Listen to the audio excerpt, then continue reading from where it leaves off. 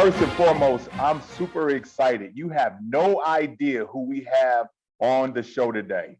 We have the GOAT, Tom Izzo. He is going to be on Courageous Conversations Unlimited, and we're about to have a conversation right before they get ready to play Kansas State. Like, a lot of stuff's getting ready to happen. And then we also have my mentor, one of my good friends, Mike Garland. Hey guys, how you guys doing? First and foremost, how you doing? We're both doing. I'm doing well. Yeah, as usual, I'm trying to more speak like a to jackass than a goat, but whatever you call me, I'm good. Oh boy, hey Chief. I mean, boy, who would ever thought when we first started this whole thing that 25 straight years in the big dance. It's an incredible accomplishment. Something no one else has done, no other coach, no other program. Can you reflect on that a little bit? Yeah, I remember when I first got the job. In fact, I remember when you and I were in college together, and I said, one of us get a job, we got to hire the other one. Absolutely. So Derrick, I got the job. I go down to hire him. God, I had to sell his wife, his kids. I mean, everybody. It took me 3 days to get him to commit. It was the hardest thing I did.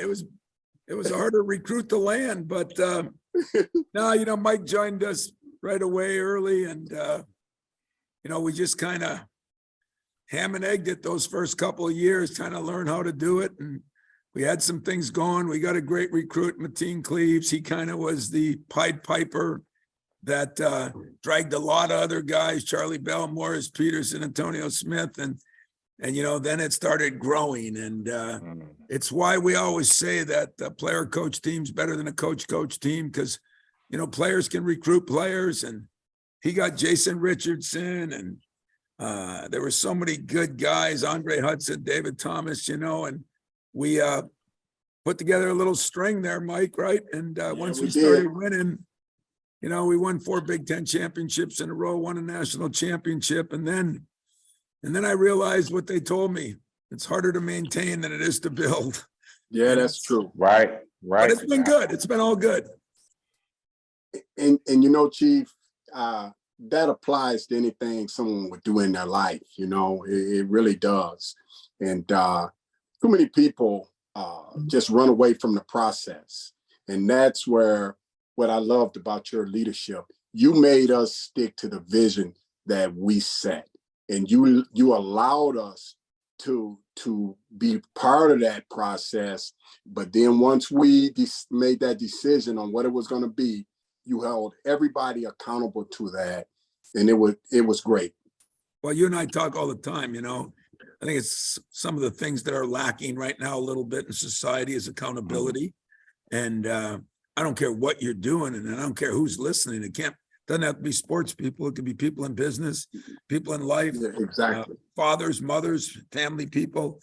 Everybody's got to hold people accountable, because the young people don't know, nor did any of us three. No. I mean, we didn't know what was going on when we were 17, 18, 19, and we thought we did. But we didn't. And when I look at some of the guys and how they've turned out, and we go from everybody, right, Mike? The managers, student secretaries, the walk-ons, the Matt Ishbias of the world. We look at all of them. You go through and sacrifice a little bit and learn how to work. I think it benefits you for the next 60, 70 years. Absolutely. And I want to add a couple thoughts to that, because, I can tell by your leadership, to be totally honest, you really invest in everybody. It doesn't really matter who it is. Everybody gets the same energy from you. And that, to me, talks about your character, talks about your leadership style, talk about how much you actually care about the players and the people that you are really leading. And that's a big deal. Can you speak a little bit about that? Can you talk about that for a second? Yeah, Mike and I talk a lot about, it's harder for people to trust people. That's a tough deal. And some kids come from homes where they never had a father. Some kids come from homes that it wasn't quite as smooth. And that doesn't mean they can't be successful. They just have to learn how to trust people. Right. And the only way you trust people is if people spend time with you. So I think one of the things we try to do here, and we try to do it all the years, is assistant coaches, head coaches, try to spend time with our players. You know, when there's problems, don't avoid them, seek them, understand them, you know, try to hold people accountable, demand it, and then hold them accountable to change it. And that's not easy all the time, but it's beneficial if you can learn how to do that. No Absolutely. question. Let's jump on this season, and let's talk a little bit about some basketball here. Chief, at what point this season did you realize that this team had the abilities or a chance to make a deep tournament run? Well, you know, in the years that you were with me, and even now, every year it's a new team, you know, and if you lose a leader, you don't know. And I mean, it's players that play the game, you know, coaches get credit, but players play the game. And players are the ones that have to hold each other accountable, because we could be with them as much as we can, and we aren't with them in the locker room or in the apartments or when they're out to the movies, or, you know, it's players that got to take care of that. And so that's one thing, you know, and I'm always trying to hunt for leaders. You know, Thank God I'm at a school that might have had one of the greatest leaders ever in Magic Johnson. I didn't coach him, but learned a lot from him. And then I had one of the greatest leaders ever in Mateen Cleaves. I just realized how influential he could be in dragging other people along. And that's really what you got to do. A lot of people just worry about themselves. The great ones worry about others. And that's kind of, you know, that trust factor. The only way you can get it, spend time with them, you know, and get to know them and get to know the things that make them tick. And I always tell them they got to get to know me too, you know, and absolutely. And that's kind of good relationships are built that way, you know, with your wife, with your own kids. I mean, that's the way it works. Well, you know, you mentioned leadership, and it's so important. I mean, I know firsthand how important it is to you and to actually winning and having success. And it seems to me within the last month, you've really done a tremendous job with AJ Holgert and developing him into a leader. I mean, every game I just see the growth in him in that particular area. Can you talk a little bit about AJ and how you guys did that? Well, you just said the key word, how you guys did that. There were many meetings with our staff. I think the whole staff was involved in it. I've always been a big believer. If your quarterback is not good, how is your team going to be any good? And if the head dies, the body follows, I always say. So you do need somebody leading you. It's getting harder to find leaders. And AJ is one of those guys. He's got some great leadership qualities, but he's got some other ones that at times, you know, been a good kid. He hasn't been a problem. He just staying focused. And that's most kids' problem right now, staying focused long enough to do some special things. And I think after a bad game at Ohio State, we had a staff meeting with AJ, and all of us were in it, my whole staff. And I think there was no yelling, no screaming. It was just talking to him and kind of telling him, this ain't going to work for you or for us. Since then, he's been better. But I mean, you know, and I know, it's a never ending fight, you know, but as long as guys are progressing and not regressing, it's worth the fight. It's when when things stay the same or go down, then you're in trouble. They're making a little progress, then it's all part of the process. And some do it in a year. You know, we had a guy, Morris Peterson, it took 3 years. And look at how he turned out. You know, he turned out pretty good. And, you know, so everybody has a different process. And that's one thing I learned in the tragedy we had on campus, talking to the psychologists, psychiatrists, that everybody handles COVID or a tragedy differently. And we kind of want to make it cookie cutter, you know, where, okay, this is how it is. And probably not always that way. And I'm probably not great at that either. I have to learn that everybody handles things a little differently. You know, and so I have a couple thoughts I want to share, Coach, because it pops into my mind. obviously the Big Ten, the conference is, I mean, it's one of the toughest conferences in the country, right? Right. And now you guys have overcome, which you always do. You find a way, especially during the tournament, you find a way to get going. And so I really want to talk a little bit about, how do you continue to build the guys and get the momentum to win and continue to win when you're playing for a national title, because that's where you're headed. You know that, right? You headed for something special. Yeah, I think you went out there for a minute, but I think I got your question. You know, I think it's all part of the process. Again, I keep using the same word, but what we do is we really work on it in November, December, January, try to figure out where our team's at, and then we go from there. And the things that we're not good at, we try to improve on. The things we are good at, again, it happens all the time. We have the most losses of anybody in the Sweet 16, I was told. Right. I think 6 out of the 8 times we had the most losses in the Final Four because we play a good schedule. We get our brains beat in a little bit. We learn from it. We know our warts, figure them out. I worry about today's kid because I think we're in a society that failure is it's like a bad word. We all failed. I mean, each one of you failed. I failed a million times. And failure usually leads to separation. Are you going to fight through it? Or are you going to go down with, downhill? And I think for the most part, we've helped guys, my staff and former players and everybody that touches them have helped them fight through some things. And then by February and March, we're ready to put it to good use. No, that's great. That's great. That's great. You see, I put on my Michigan State. I got on the Sparta hat. I had to change from the Unstoppable to the Sparta, just so you know. I like it, man. It's the right time of year to get you going. I appreciate that.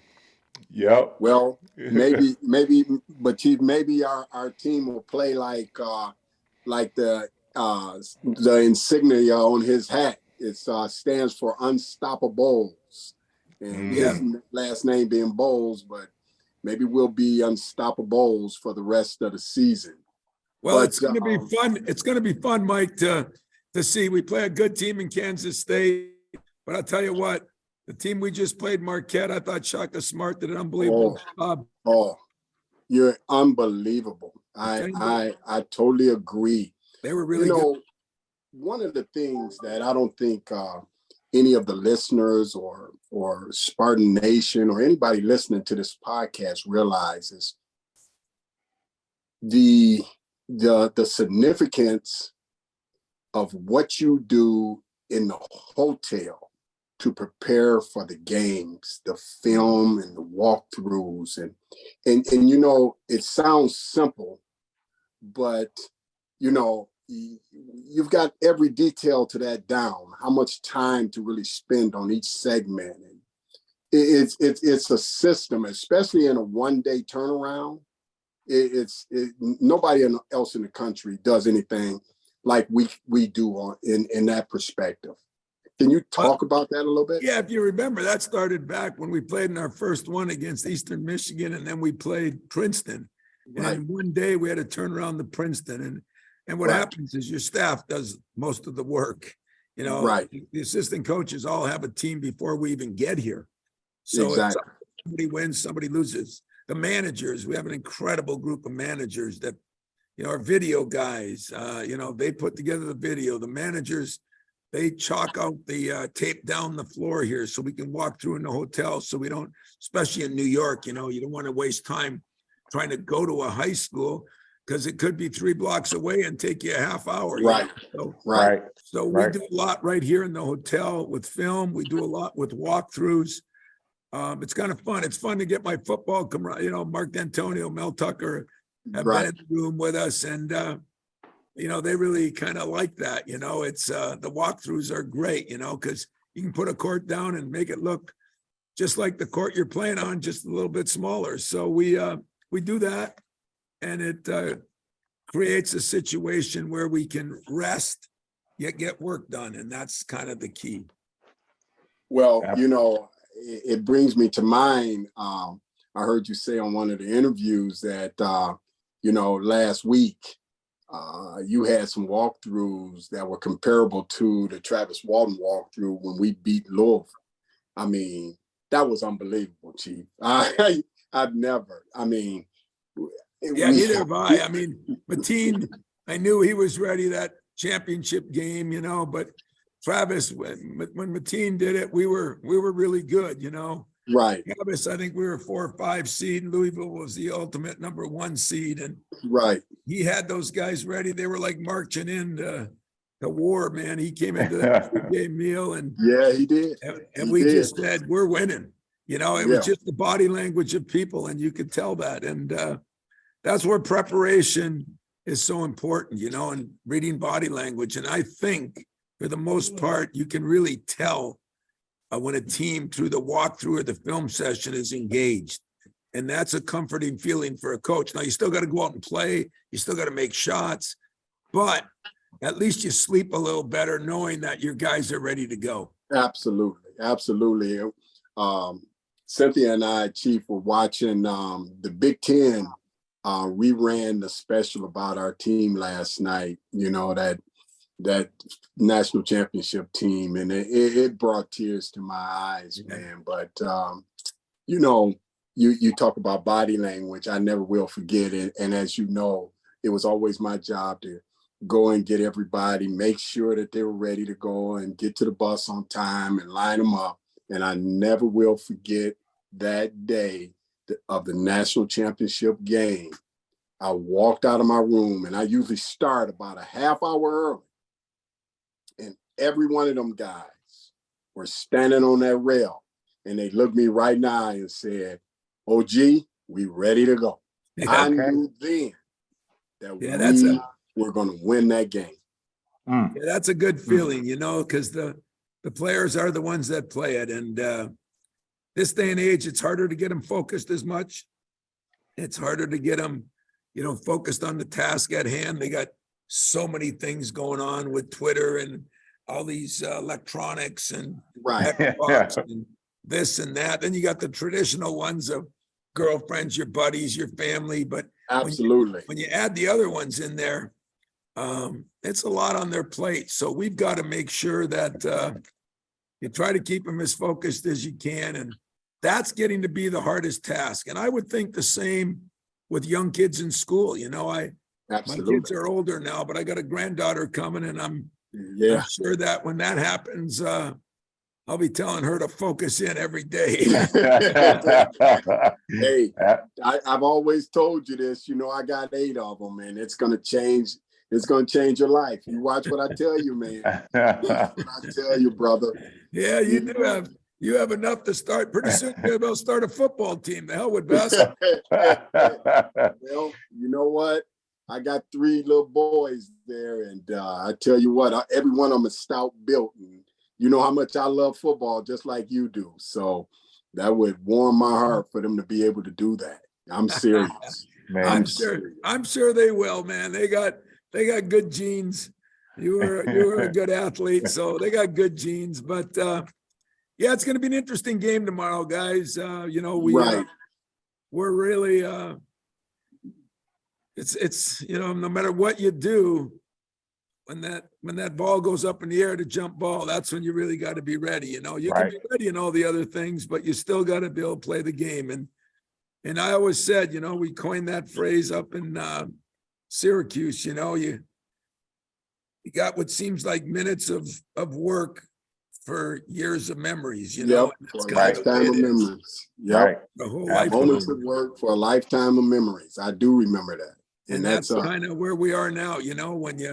When you're down to the weekend that can send you to a Final Four. Right. There aren't many memories that I have in basketball that are better than the Final Fours. And so, we got a chance now. We put ourselves in a position, we got a chance. There's 340 teams sitting home. And there's 16 left. And we're one of them. That says a lot. Well, we're going to let you go, but I got one more question for you. Okay. And you know, you'd never take credit for this. And I've always told you this. You're one of the best basketball minds to ever coach the game. And you, in fact, downplay that a lot. But you are. And, you know, one of the things that is very unique about you is that, you know, you have the elbow block philosophy and stand in the gaps. And as I look at it, and you correct me if I'm wrong, that elbow block defense in today's game is going to have to be on point. Could you talk about that and how significant that will be for tomorrow night's game? Well, they got a 5'8", 5'7" guy who's quick as a hiccup. I mean, he's really good, and he can score it. He had 37 in the game. He had 27 against Kentucky. And he's one of those guys that's hard to defend by yourself. So our elbow gap, or you say our block and elbow block and our gap defense is kind of means that players are helping players. So Tyson might have him or AJ might have him, but we got two other guys. We call it the 6-eye rule. There should be six eyes on them at all times. Right. And if we do that well, I think that gives us a significantly better chance to win the game. Absolutely. So we'll see if we can do that, Mike. We'll see if we can get the ball going in the basket a little bit. And maybe next week we can have another podcast and have some fun with it. Well, hey, we again really appreciate it. I know the value of your time. I tell you what, you know, most people in Spartan Nation know about our relationship. But for those people out there listening that don't know, Chief Tom Izzo and I, we go beyond a working relationship. We go beyond a friendship. Ours is a brotherhood. And I think that he would agree with that as well. Well, it's only been 40-some years, so we got to have some. Since those college days, you know, where I had to help carry that big afro you had around. The good old days. But no, Mike, it's been awesome. Derrick, it's been awesome with you too. Thank you. Hope you guys have some success with this. And anytime you need me on, I'd be honored to be on. And I'll look forward to talking to you guys soon. Thank you. Thank you. Thank you. Thank you very much. All right. See you guys. Take care. Right. Take care. Yep.